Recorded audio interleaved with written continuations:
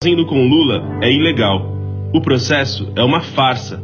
Quem fala isso são os próprios juristas brasileiros. O caso do ex-presidente Lula é um processo cuja sentença era anunciada antes do seu próprio início. O processo começou com uma equipe muito grande, que foi a condução coercitiva do presidente Lula. Foi um ato absolutamente desnecessário.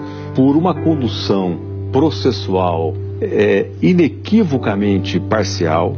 Qual era a justificativa para que se fizesse aquela condução coercitiva que foi feita originalmente de uma maneira espetaculosa e de uma maneira, inclusive, ao desamparo da legislação? No processo contra o presidente Lula, nós vimos algumas situações antijurídicas. Além de um processo injusto e de um processo sem provas, onde foi atribuído um bem imóvel ao ex-presidente Lula que nunca teve a posse, nem muito menos a propriedade, onde ele foi condenado por um ato indeterminado, o que por si só configura motivo suficiente de nulidade e de qualquer invalidade da sentença. Lula foi condenado absolutamente sem provas.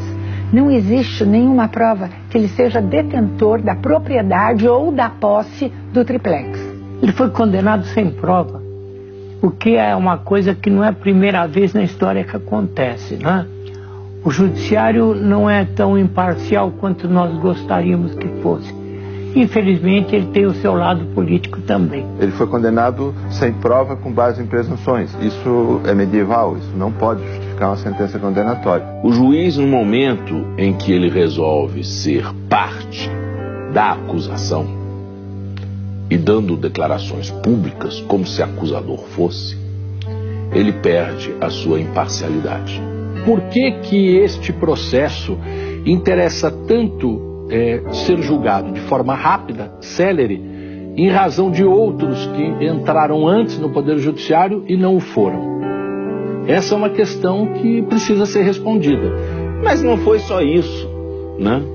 Também a gente viu, durante o interrogatório do presidente Lula, o seu direito de autodefesa, no final, sendo claramente cerceado.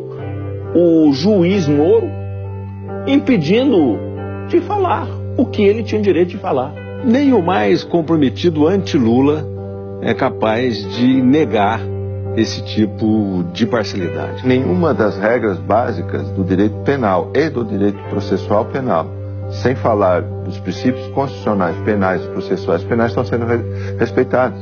Não houve, digamos assim, a menor procura pela justiça. Eu acho que isso nem entrou em pauta.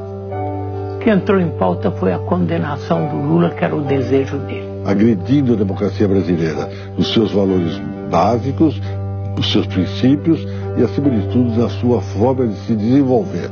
O que é grave.